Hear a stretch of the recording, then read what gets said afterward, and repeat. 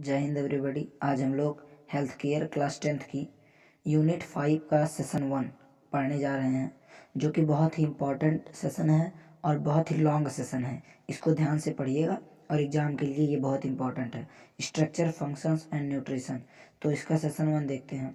Session 1 का topic है identify the parts of human body. Human body के parts identify करने हैं, ठीक है, इस यूनिट में। तो देखते हैं anatomy. Anatomy is the science that deal with the structure of the body and relationship of various part of the each other is known as anatomy। ये बॉडी के पार्ट्स का स्ट्रक्चर इसमें रिलेटेड होता है और ये बॉडी के जैसे इसमें स्टडी होती है कई चीज़ की। Histology study of tissue, cytology study of cells, ठीक है, ये जो है ये इसमें आ गया। फिर physiology the science that evaluate the normal function of the end explain the how. इसमें फिजियोलॉजी, एनाटॉमी में तो है स्ट्रक्चर कैसे होता है और फिजियोलॉजी में होता है कि फंक्शन क्या क्या होते हैं, क्या फंक्शन परफॉर्म करता है, ठीक है। एक्सप्लेन हाउ ऑर्गन, कैसे ऑर्गन वर्क करते हैं, ये फिजियोलॉजी में आता है, ठीक है। इसमें बहुत ही इंपॉर्टेंट चीज़ें हैं जैसे histology study of tissue, cytology study of cells, myology study of muscle, osteology study of bones, arthrology study of joints, neurology study of nervous system, splanchnology study of visceral organs. आगे देखते हैं हम लोग anatomical terminology में क्या क्या चीज़ें आती हैं। इसमें मीडियन लाइन है। मीडियन लाइन की जो बॉडी का जो सेंट्रल पार्ट होता है उसको जो होता है, ऐसे बॉडी है किसी की, ठीक है, ये बॉडी है तो ये जो होगा ये मीडियल लाइन होगा, सेंट्रल। और मीडियल जो मीडियल लाइन के पास में होता है उसको मीडियल कहते हैं, ठीक है। लेटरल लाइन मीडियल लाइन से दूर होता है, लेटरल लाइन, ठीक है। एंटीरियर लाइन, एंटीरियर बॉडी के फ्रंट में होता है, पोस्टीरियर बॉडी के पीछे होता है।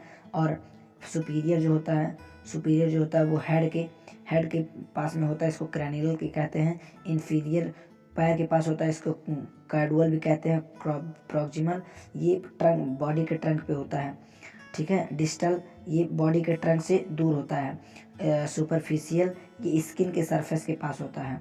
और एक डीप आता है जो कि स्किन और सरफेस से डीपर होता है, ठीक है। हम देखते हैं जनरल मोशन, बॉडी के जनरल मोशन को।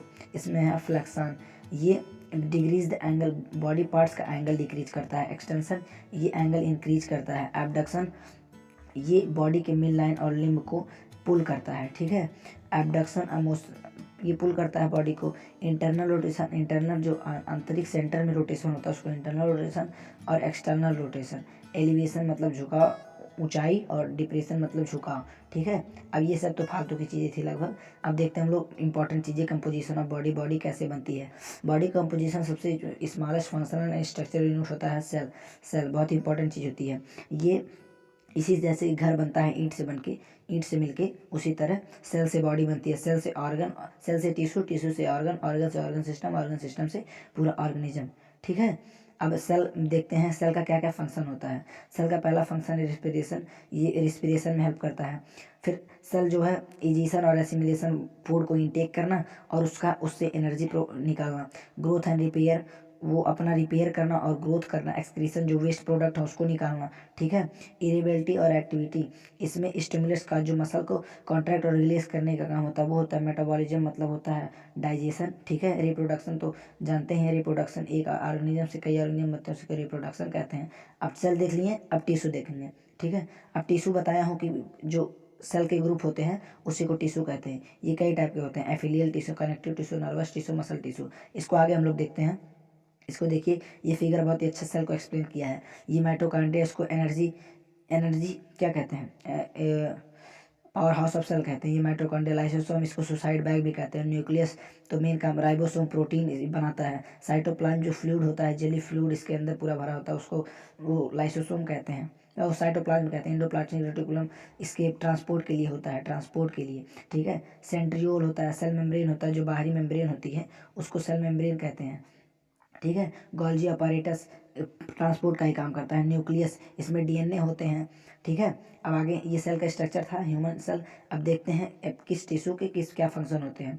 एपिथेलियल टिश्यू का फंक्शन होता है प्रोटेक्शन। एपिथेलियल टिश्यू का फंक्शन होता है प्रोटेक्शन। स्किन में पाया जाता है। कनेक्टिव टिश्यू सपोर्ट देता है, बोन में पाया जाता है। मस्कुलर टिश्यू मूवमेंट करता है, स्केलेटन में पाया जाता है। नर्वस टिश्यू कम्युनिकेशन के लिए होता है, ये ब्रेन के पाया जाता है। एपिथेलियल टिश्यू ये जो है कवर द बॉडी। ये एपिथेलियल टिश्यू स्किन बताया ना, तो स्किन पूरे बॉडी में रहता है और इसका फंक्शन देखते हैं। इसका फंक्शन होता है protection, absorption, secretion, excretion, surface transport और हीट कोल्ड, मतलब कोई चींटी काट ले ये सब के रिसेप्शन करता है, सेंसरी काम करता है। ठीक है, इसमें ग्लैंड होती है जो कि स्वेट निकालती है। ठीक है, और इसमें दो टाइप की ग्लैंड होती है, एंडोक्रीन ग्लैंड जो कि आंतरिक आंतरिक हार्मोन निकालते हैं, एक्सोक्रीन ग्लैंड जो कि स्वेट ग्लैंड जैसे हो गया, सैलिवरी ग्लैंड हो गया जो हमारे माउथ में पाया जाता है। ये सब एक्सोक्रीन मतलब जो बॉडी से आउट में रहते हैं। अब कनेक्टिव टिश्यू में, कनेक्टिव टिश्यू जैसे बोन में, ये कनेक्टिव टिश्यू नाम से पता चल, जो कनेक्ट करता है उसे कनेक्टिव टिश्यू कहते हैं। इसके कई टाइप होते हैं। इसका पहला टाइप है ऑर्डिनरी कनेक्टिव टिश्यू, फिर एडिपोज ये ordinary connective tissue just skin के जस्ट बिलो होता है। एडिपोज ये फैट को स्टोर करता है। कार्टिलेज ये ज्वाइंट करता है, ज्वाइंट में होता है बोन के। और बोन तो रिगिड होता है, ये बहुत ही मजबूत। ये कनेक्टिव टिश्यू देख लें। अब ब्लड भी कनेक्टिव टिश्यू होता है, जिसमें आरबीसी, डब्ल्यूबीसी मतलब ये सब चीज़ें पाई जाती हैं। लिम्फ, प्लाज्मा ये सब ब्लड में होता है। उसके बाद मस्कुलर टिश्यू देखते हैं। मस्कुलर टिश्यू मसल सेल से बना होता है। ये कॉन्ट्रैक्ट रिलैक्स दोनों हो सकता है। ठीक है, उसके बाद इसमें वॉलंटरी होती है जो अपने हमारे कंट्रोल में होती है। कार्डियक मसल जैसे कि हमारा हार्ट, और इनवॉलंटरी जैसे होती हैं जो हमारे कंट्रोल में नहीं होती हैं लेकिन अच्छा काम करती हैं। स्मूथ मसल जैसे डाइजेस्टिव ट्रैक। ठीक है, उसके बाद ब्लड वेसल में ये स्मूथ मसल होती हैं। अब देखते हैं नर्वस टिश्यू। नर्वस टिश्यू जो हमारे नर्व हैं, जो ब्लड वेसल हैं, ये सब स्पाइनल कॉर्ड, ब्रेन, ये सब नर्वस टिश्यू में आएगा। ठीक है, ये सब चीज़ें। और जो बेसिक सेल होता है, बेसिक सेल इसका न्यूरॉन, ये इंपॉर्टेंट है, न्यूरॉन कहा जाता है इसको। ये मैसेज ट्रांसफ़र करता है, जो हमारे नर्वस टिश्यू के नर्व होते हैं वो मैसेज ट्रांसफ़र करते हैं, मैसेज ले आते हैं, ये सब काम करते हैं। अभी ये various systems that form the human body, और कई सिस्टम से बना होता है हमारा बॉडी। इसमें हम लोग देखते हैं कई सिस्टम है। कार्डियोवास्कुलर सिस्टम, ठीक है, कार्डियोवास्कुलर सिस्टम ये वो हार्ट और बाकी चीज़ें जो कार्डियक मसल से बने होते हैं। Respiratory system, respiration, digestive system, digestion, muscular system, contract layers, nervous system, nervous काम, यूरिनरी जो वेस्ट निकालना होता है, urinary, integumentary system, organ of sensory system, reproductive system, endocrine system. ठीक है, इम्यून सिस्टम बहुत ही जो हमारी बॉडी को रोगों से लड़ता है उसको इम्यून सिस्टम कहते हैं। अब देखते हैं कार्डियोवास्कुलर सिस्टम को डिटेल में।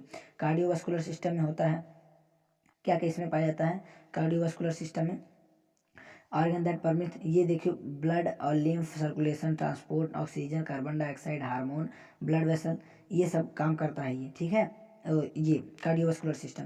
इसमें 5 लीटर, एक ह्यूमन एडल्ट में 5 लीटर लगभग ब्लड होता है, जो कि बॉडी के 7% वेट के बराबर होता है। ब्लड में plasma, red blood cell, white blood cell, platelets, ये सब पाए जाते हैं। ठीक है, ये सब इसमें पाए जाते हैं। अब देखते हैं आगे हार्ट एक पंपिंग ऑर्गन होता है जिसके पास 4 चैम्बर होते हैं। ठीक है, ये पंप करता है, ये हॉलो ऑर्गन होता है, ये पूरे बॉडी में सर्कुलेशन के लिए इंपॉर्टेंट होता है। ठीक है, ये थोरैक्स कैविटी, चेस्ट के पास पाया जाता है लेफ्ट साइड में। ये 250 ग्राम से लेकर 350 ग्राम तक होता है।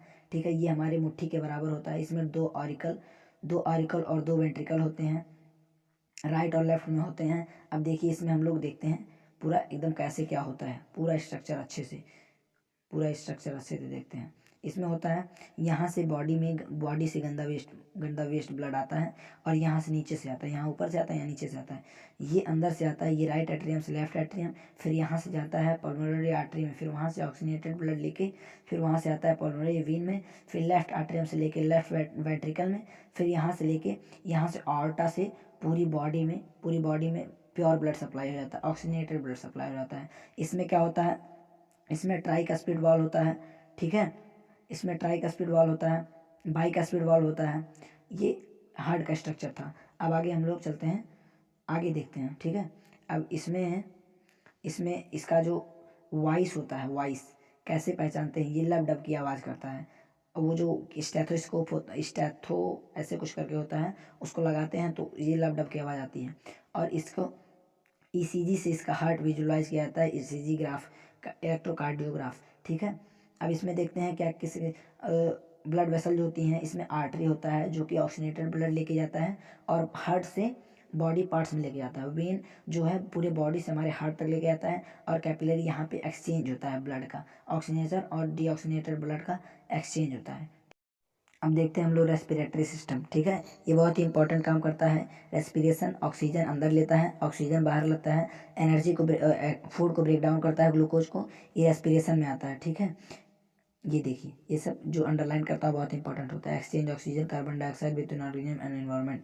ठीक है, अब इसमें देखते हैं, ये स्ट्रक्चर हम लोग अच्छे से देख लेते हैं। ठीक है, इस स्ट्रक्चर में देखिए, यहाँ से ऑक्सीजन इंटर करता है, फेरिंग्स, लैरिंग्स, फिर ट्रैकिया, फिर ट्रैकिया से ये ब्रैंक्यूल्स, फिर ब्रैंक्यूल्स एल्वोली। एल्वोली ही ऐसी जगह है जहाँ पे ऑक्सीजन और कार्बन डाइऑक्साइड का एक्सचेंज होता है। ठीक है, ये देख लिए। अब हम लोग देखते हैं आगे नीचे क्या है। ये है कि इसमें क्या क्या काम होते हैं इसके।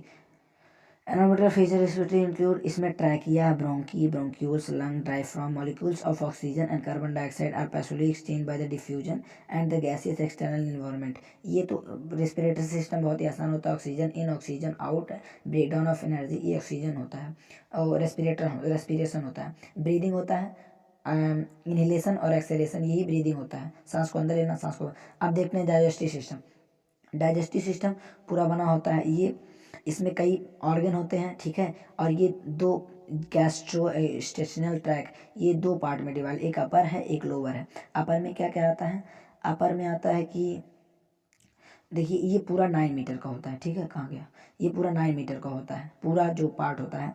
और अपर वाले में आता है, अपर वाले में यूसोफेगस, स्टमक और डिओडिनम अपर वाले में। लोअर वाले में क्या होता है, स्मॉल इंटेस्टाइन आता है और लार्ज इंटेस्टाइन आता है। अब देखते हैं इसके क्या क्या ऑर्गन है main. Oesophagus, food pipe, stomach, duodenum, jejunum, ileum, ये सब स्मॉल इंटेस्टाइन के पार्ट हैं। ठीक है, अब देखते हैं पूरा ग्राफ के जरिए। यहाँ यहाँ से फूड इंटर करता है, यहाँ से फूड इंटर करता है, यहाँ से जाता है, फिर यहाँ पे स्टमक में आता है, फिर स्टमक में डाइजेशन होता है। ठीक है, यहाँ पे सीएल, म्यूकस, ये सब रिलीज होते हैं, यहाँ पे डाइजेशन होता है। उसके बाद यहाँ से बाइल निकलता है, आता है वो भी। फिर इसके बाद स्मॉल इंटेस्टाइन में डिओडिनम में जाता है, वहाँ पे डाइजेशन होता है। फिर उसके बाद जाता है लार्ज इंटेस्टाइन में, यहाँ पे वाटर का एब्जॉर्बेशन होता है। और जब हो जाता है पूरा डाइजेशन खत्म, उसके बाद एनस से निकल जाता है। ठीक है, अब प्रेजेंट टाइम में उसके बाद ये अपेंडिक्स है, ये प्रेजेंट टाइम इसका काम नहीं, धीरे धीरे ये भी विलुप्त हो रहा है। ये इंपॉर्टेंट नॉलेज थी। अब आगे देखते हैं, ये लाइन इंटेस्टाइन के पार्ट हैं। लाइन इंटेस्टाइन के पार्ट हैं कॉलन, सीकम, रेक्टम, ये 3 पार्ट होते हैं इसके, कॉलन, सीकम और रेक्टम। ठीक है, अब आगे देखते हैं मस्कुलोस्केलेटल सिस्टम। मस्कुलोस्केलेटल सिस्टम में मतलब मसल और स्केलेटन, ये दोनों चीज़ें जहाँ पे आती हैं उसको मस्कुलोस्केलेटल सिस्टम कहते हैं। इसमें मसल और स्केलेटन होता है, ये सपोर्ट और स्टेबिलिटी, मूवमेंट, ये सब के लिए ये सब चीज़ें प्रोवाइड करता है। ठीक है, इसमें क्या क्या होते हैं, मसल होता है, कार्टिलेज होता है, लिगामेंट होता है, टेंडन होता है, जॉइंट्स होता है और अदर कनेक्टिव टिश्यू होते हैं। ठीक है, अब इसके फंक्शन देख लेते हैं। ये प्रोटेक्ट करता है इंटरनल बॉडी ऑर्गन को, मूवमेंट कराने में हेल्प करता है, शेप देता है बॉडी को, ब्लड सेल बनाता है, बोन मैरो में बनता है, और ये कैल्शियम और फास्फोरस को स्टोर करता है। अब ये जो है स्केलेटल सिस्टम, ये हड्डियाँ बहुत इंपॉर्टेंट है, ये सब याद कर लीजिए। स्कल और रेडियस, अल्ना, रिब्स, क्लेविकल, मतलब ये सब बहुत इंपॉर्टेंट है, ये सब याद कर लीजिएगा। स्केलेटल, क्योंकि वीडियो लॉन्ग हो जाती है इसमें, इसलिए नहीं बता रहा हूँ। स्केलेटल सिस्टम में जो बस बोन होती हैं, बोन को कंप्राइज करके जो पूरा सिस्टम बना होता है उसी को स्केलेटल सिस्टम कहते हैं। ये पूरा बोन का फ्रेमवर्क होता है। इसमें 206 हड्डियाँ होती हैं एडल्ट में। ठीक है, लड़कों में जो बॉर्न होते हैं उसमें 306 या 300 होती हैं। बोन क्या होता है, बोन एक ड्राई डेंस टिश्यू होता है जो कि कैल्शियम, फॉस्फेट और मिनरल से बना होता है। ठीक है, और ये इसके शेप कई होते हैं, फ्लैट भी होता है, इरेगुलर भी होता है, शॉर्ट भी होता है, लॉन्ग भी होता है। अब जॉइंट्स देख लेते हैं। जॉइंट एक ऐसा एरिया होता है जहाँ पे दो बोन आके मिलती हैं, चाहे वो लिगामेंट से जुड़ी हों। और ये जॉइंट 3 टाइप के होते हैं। जॉइंट आगे हम देखते हैं, जॉइंट होते हैं 3 टाइप की। एक होता है इमूवेबल, जैसे स्कल हमारा। उसके बाद एक स्लाइटली मूवेबल, जैसे वर्टिब्रेट मतलब हमारा स्पाइनल कॉर्ड, वो होता है। उसके बाद फ्रीली मूवेबल, फ्रीली मूवेबल में बहुत चीज़ आती है, जैसे बॉल सॉकेट हो गया, हमारा हिप, शोल्डर, हिंग, हमारा एल्बो, ग्लाइडिंग, और हमारी जो कलाई है, कलाई वो हो गई। पाइवोट, रेडियस और अल्ना, हमारी हाथ की जो रेडियस और अल्ना होती हैं, ये पाइवोट में आती हैं। अब देखते हैं मस्कुलर सिस्टम।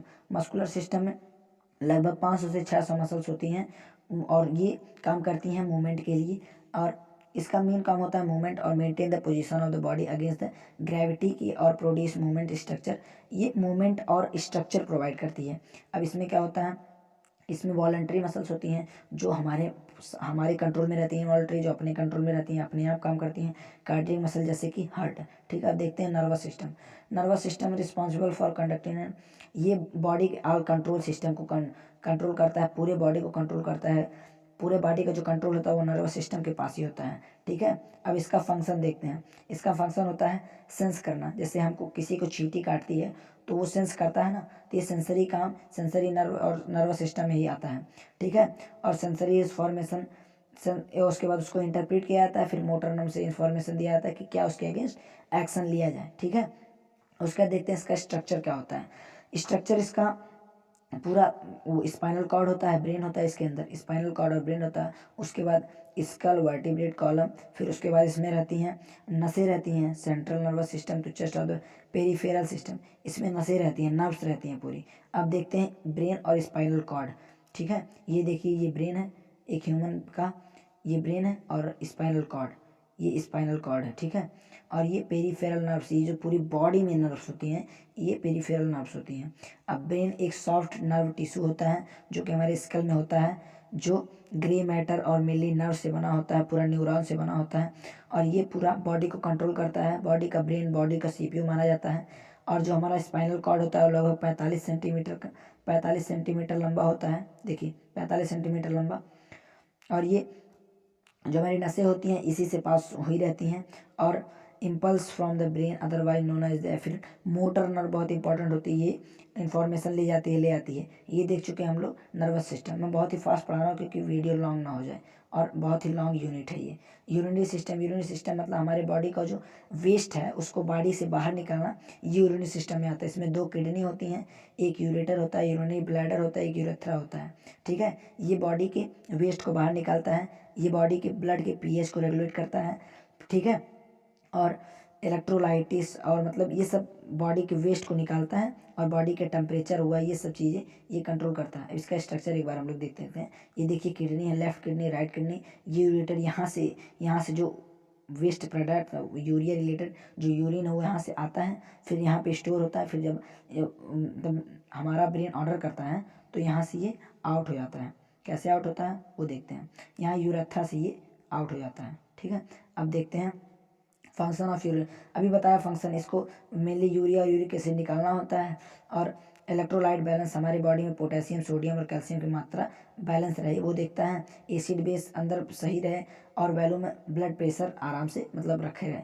और यूरेटर जो ट्यूब होता है जहाँ से यूरिन आता है, इससे यूरिन ट्रांसपोर्ट होता है, उसी को यूरेटर कहते हैं। ठीक है, ये पेरिस्टाल्टिक मूवमेंट से होता है ये। उसका यूरिनरी ब्लैडर जहाँ पे स्टोर होता है, यूरिनरी ब्लैडर हो गया, यूरेथ्रा जहाँ से आउट आता है, बॉडी से यूरिन आउट आता है।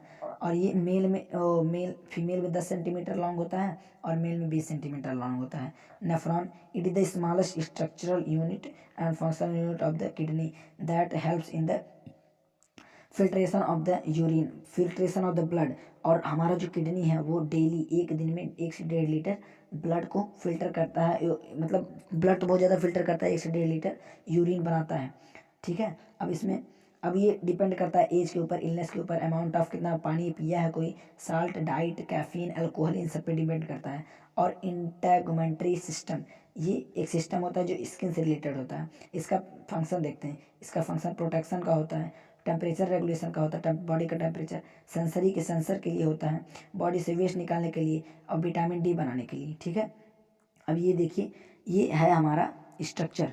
ठीक है, हेयर जो हैंड पे हेयर होते हैं, फिर ये देखिए ये क्या है, ये है हाइपोडर्मिस, ये है डर्मिस है, ये एपिडर्मिस है, ये सबसे ऊपर वाली लेयर होती है। हेयर रूट है, हेयर फॉलिकल रिसेप्टर है, adipose tissue, sensory nerve tissue.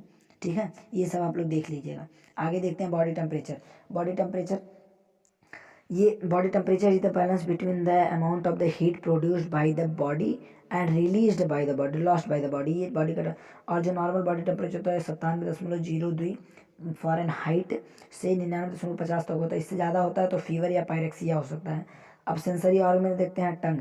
Sensory organ में ये टेस्ट के लिए होता है, ये स्वीट, साल्टी, बिटर, सोर, ये सब टेस्ट ये बताता है। ठीक है, अब नोज में क्या होता है, ये रिसेप्टर होता है, सांस लेने के लिए काम होता है। ठीक है, अब इसका स्ट्रक्चर देखिए यहाँ पे दिया है, नोज का स्ट्रक्चर दिया है। ठीक है, आप लोग इसको देख लीजिएगा। आगे चलते हैं। Hearing and balance the year. Year का मतलब फंक्शन दिया। ईयर का फंक्शन ये होता है कि हमारे मतलब जो वॉइस आती है उसको सुने, उसको इंटरप्रेट करके ब्रेन को दें, और जो वेस्ट प्रोडक्ट थोड़ा बहुत है वही निकालने के लिए। ये 3 पार्ट में होता है, एक्सटर्नल ईयर, मिडल ईयर, ये कई पार्ट में होता है, इनर ईयर। अब आगे देखते हैं। और ये क्या external composed of pinna and external ear auditory canal, ठीक है, ये सब होता है। अब देखिए ये ईयर है, ये एक्सटर्नल है, ठीक है, यहाँ से जो वेस्ट होता है वो निकलता है। ये जो कान का पर्दा कहते हैं वो होता है, ठीक है। यहाँ 3 बोन होती है, माइलियस, इनकस, स्टेपस, ये तीनों बोन है, ठीक है। अब ये कान का स्ट्रक्चर है। अब कान का तो सब लोग जानते हैं। आई एक हॉलो स्फीयर होता है जो कि आँख देखने के लिए काम आता है, जो कि हमारे यहाँ पे इमेज जो बनती है वो यहाँ से लाइट जाती है, यहाँ पे रिफ्लेक्ट होती है, इमेज बनता है, ब्रेन के पास जाता है, वही काम होता है। ये आइरिस जो ब्लैक स्पॉट होता है उसको आइरिस कहते हैं। लेंस है, ये लेंस, दिस इज लेंस। और ये जहाँ से लाइट जाती है उसको प्यूपल कहते हैं। ये ऊपर का कॉर्निया होता है। और ये अंदर जो बॉडी होती है इसको वेट्रेस बॉडी कहते हैं। ये एक्वस बॉडी होती है। ये रेटिना होती है जहाँ पे इमेज बनता है, इमेज फॉर्म होता है। ऑप्टिक नर्व जहाँ से सिग्नल जाता है ब्रेन को। ये हो गया आँख का स्ट्रक्चर। अब एक्सरसाइज में अभी आप लोग को बता देना हो, अभी आप लोग को करा देना हो कैसे करना है। बाकी वीडियो लगा हो तो लाइक, शेयर, सब्सक्राइब जो भी करना है सब कर दीजिएगा, ताकि आपको ऐसी इन्फॉर्मेशन वाली वीडियो मिलती रहे। धन्यवाद।